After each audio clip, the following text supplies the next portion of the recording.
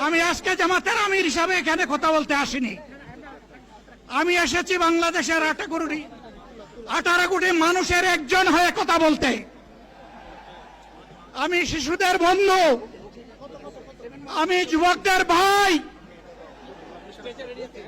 আমি বয়স্কদের সহযোদ্ধা, আমার বোনদের আমি ভাই। সুতরাং তাদের মুক্তির জন্যই আমি দায়িত্ব নিয়ে আজকে এখানে দাঁড়িয়েছিলাম। আল্লাহর ইচ্ছা শরীর আমাকে সাময়িকভাবে সহযোগিতা করে নাই, এটাও আল্লাহর ইচ্ছা যে এখন আল্লাহ আমাকে কথা বলার সুযোগ দিচ্ছেন। আমি বলতে চাই, বাংলাদেশের নির্দিষ্ট কোন শ্রেণীর মুক্তির জন্য আমাদের এই লড়াই নয়। রাস্তার একজন পরিচ্ছন্নতা কর্মী, চা বাগানের একজন শ্রমিক,